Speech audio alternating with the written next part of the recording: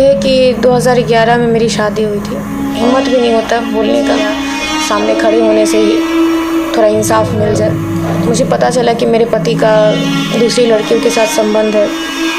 एक लड़की को मैंने घर में ही देखा जो बच्ची थी 13-14 साल की।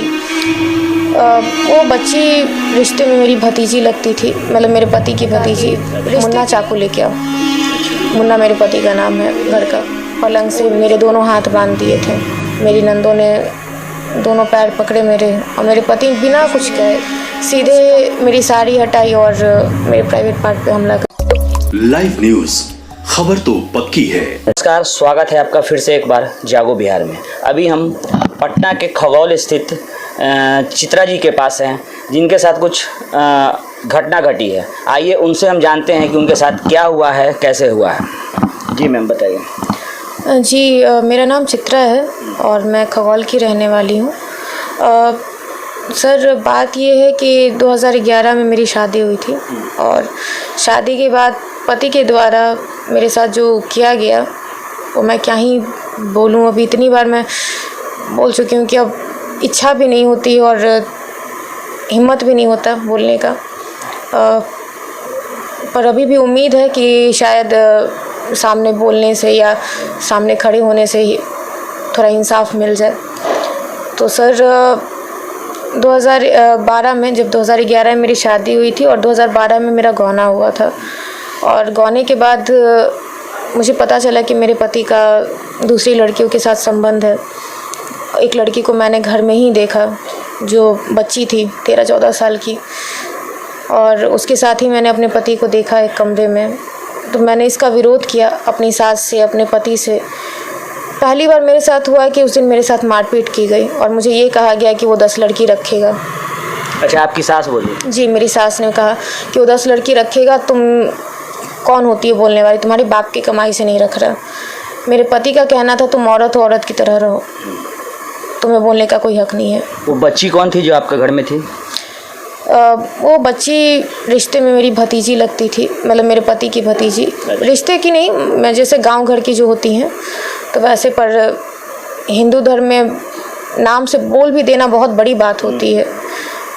तो यही था कि अब कोई भी लड़की देख के तो बर्दाश्त करेगी नहीं जो मैंने किया। और रात में जब मेरे पति आए शराब वराब पी के, तो उन्होंने मेरे साथ फिज़िकल होने की कोशिश की। मैंने उससे इनकार किया, तो मारपीट भी की पहले। तो जब उस मारपीट के बाद भी जब मैं नहीं मानी, तो कमरे से बाहर निकली, और जो मेरी 5 ननद हैं, तो उसमें से 3 ननद उस टाइम मौजूद थी घर पे। तो मेरी जो 2 जुड़वा ननद हैं उनको बुला कर लाएँ, और पता नहीं क्या आपस में बात हुई थी उन लोगों की। और पहले मेरी दोनों नंदों ने भी मेरे से बहस किया कि तुम क्यों फिज़िकल नहीं हो रही हो, गाली वाली देकर। मैंने कहा कि जब दूसरी लड़की के साथ ही रहना है और जब यही काम करना है, तो फिर मेरे साथ क्यों आना, मुझसे नहीं होगा। तो मेरी नंदों ने भी पहले मारपीट की, और जब उसके बाद भी मैं नहीं मानी, तो मेरी जो छोटी ननद थी रीता वर्मा, और बड़ी वाली का नाम था सुनीता वर्मा, तो उन्होंने कहा कि मुन्ना चाकू लेके आओ। अच्छा। मुन्ना मेरे पति का नाम है घर का। वो नीचे गए, उन्होंने चाकू लेके आए। मुझे नहीं पता था कि आगे क्या होने वाला है। वो आए, और तब तक मेरी दोनों नंदों ने पलंग से मेरे दोनों हाथ बांध दिए थे। मैंने साड़ी पहन रखी थी, दोनों हाथ मेरे बांध दिए, और जैसे ही मेरे पति आए, मेरी नंदों ने दोनों पैर पकड़े मेरे, और मेरे पति बिना कुछ कहे, कुछ कहा ही नहीं कि हाँ मैं ये कर दूंगा या वो कर दूंगा, किसी तरह की धमकी उमकी कुछ भी नहीं। सीधे मेरी साड़ी हटाई और मेरे प्राइवेट पार्ट पे हमला कर दिया। और उसके बाद सामने खड़े होके मेरे सामने हंस रहे हैं। मैं चीख रही हूँ, चिल्ला रही हूँ, और मेरे सामने खड़े होके हंसते हुए उन्होंने कहा था कि अब तुम किसी लायक नहीं हो, तुम पूरी औरत नहीं हो, तुम किसी के सामने ये बात बोलोगी भी तो लोग हंसेंगे। मेरी ननद का ये लाइन था कि जाओ अपने बाप भाई को, अब जिसको बताना है बता दो।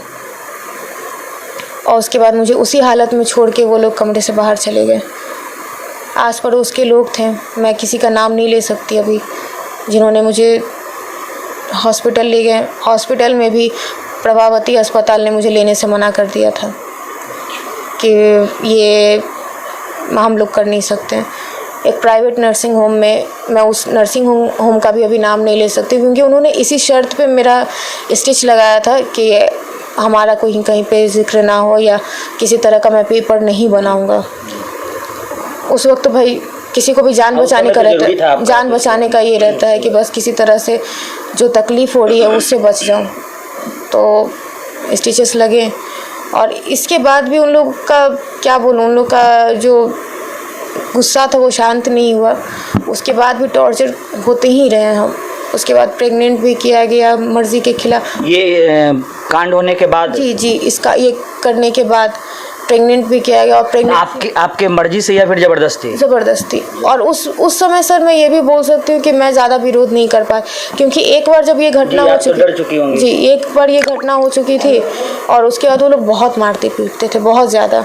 मतलब किधर से भी मैं खाना बना रही हूँ चूल्हे पे या किसी वहाँ तो मिट्टी गाँव है तो मिट्टी के चूल्हे पे खाना बना रही हूँ, वो लोग मतलब कोई भी आया, बहन आए वो पीट दी, माँ आई वो पीट दी, बड़ा भगना है वो भी आया तो वो भी 2 लात मार के चल दिया।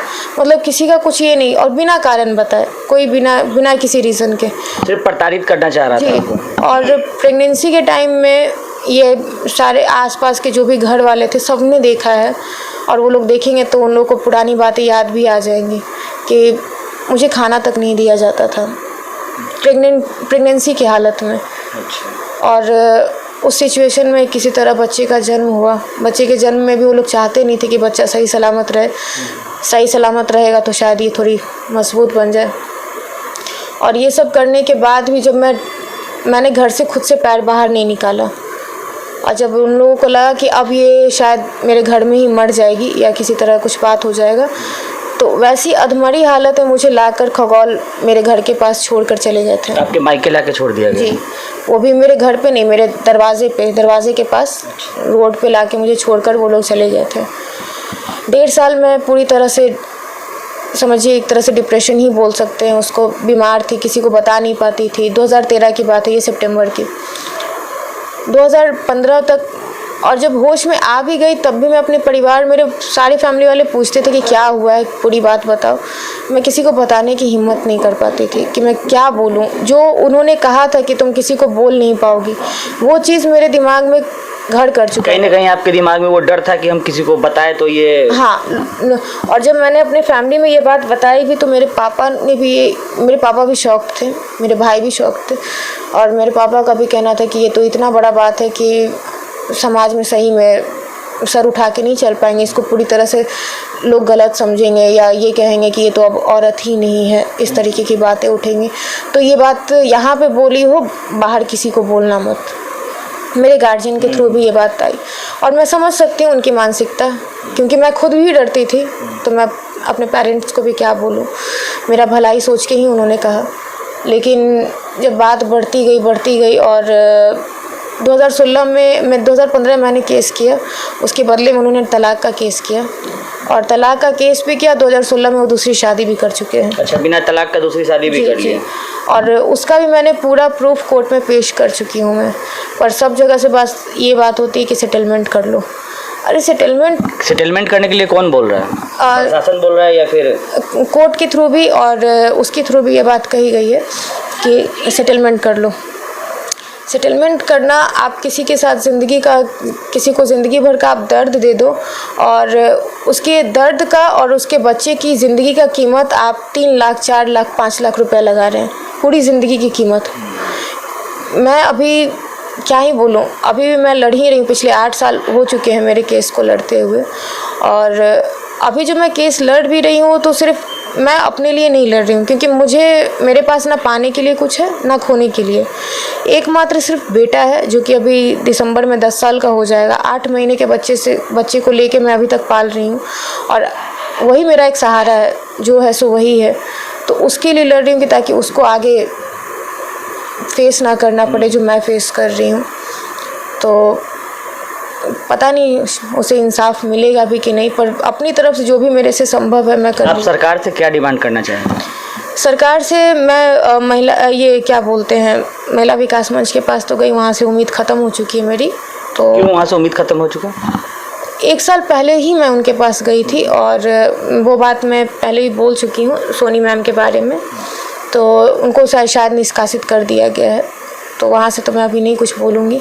उसके अलावा मैं मुख्यमंत्री सर के पास भी मिलने की कोशिश कर रही हूँ। पिछले 1 साल से उनको आवेदन दे रखा है मैंने।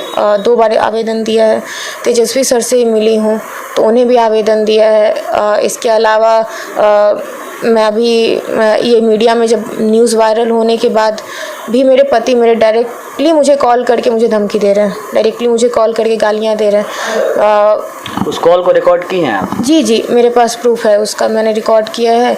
और इसके बाद भी मैं खगौल प्रशासन के पास जाती हूँ अपना रिपोर्ट लिखवाने, तो वो लोग कहते हैं आप बोधगया जाओ, आप बोधगया में रिपोर्ट लिखवाओ। आप तो खगौल के निवासी हैं ना, आपका आधार कार्ड वोटर कार्ड सब तो यहीं का है? जी जी जी, पूरी तरह से मैं यहाँ की रेसिडेंसी हूँ, मेरा जन्म कर्म सब यहीं हुआ है, तो मैं बोधगया क्यों जाऊँ। और मैटर यहाँ का है, आज वो धमकी दे रहा, ना कि मुझे बोधगया में धमकी दी उसने। तो आप तो यहाँ धमकी का केस लिखवाने के लिए जा रही हैं ना? जी जी, धमकी। और उसके बाद नहीं लिया जा रहा है? नहीं, 3 बार मैं गई हूँ, तीनों बार मुझसे नहीं लिया गया और मुझे ही कहा गया कि आपका केस चल रहा है। लास्ट में मुझे कहा गया कि आपका केस चल रहा है तो फिर FIR किस बात की। खगौल थाना में गई थी? जी। तो अभी मैं उसके लिए भी जहाँ तक मेरे से संभव है मैंने SSP सर को भी मेल किया है। और यहाँ तक कि मैंने जो मेल कितना दिन पहले किया? मेल किए हुए मुझे जब ये करेंटली हुआ था 18 तारीख को मेरे पति ने मुझे लाइव न्यूज, खबर तो पक्की है।